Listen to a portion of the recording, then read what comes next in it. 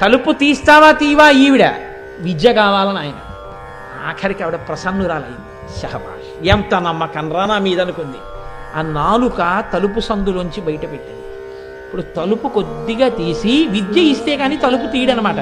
విద్య లేనివాడు కాబట్టే తలుపు తీసుకోగలదని తెలుసుకోలేకపోయాడు. విద్యను ఇచ్చిన తల్లి తలుపే తీయలేదా తెలుసుకోలేకపోయాడు. తలుపు నేను వేసేయగలను ఆవిడ రాకుండా. ఈ మొండితనం విశ్వాసంగా మారిపోయింది అమ్మవారి మీద. ఇప్పుడు నాలుకొక్కటే బయటెట్టాడు. ఎడంచేత్తో దాన్ని ఇలా లాగి రాసేసింది బీజాక్షరాలు. తలుపు తీశాడు. మాణిక్య వీణాం ఉపలాలయంతీం మదాలసాం మంజులవగ్విలాసాం మహేంద్ర నీలజ్యుతి కోమలాంగీం మాతంగ కన్యాం మనసా స్మరామి చతుర్భుజే చంద్ర కళావతంసే కుచోన్నతే కుంకుమ రాగశోణే పుండ్రేక్షు పాశాంకుశ పుష్పబాణ హస్తే నమస్తే జగదేకమాతః అంటూ మహానుభావుడు శ్యామలాదండకం చేశాడు.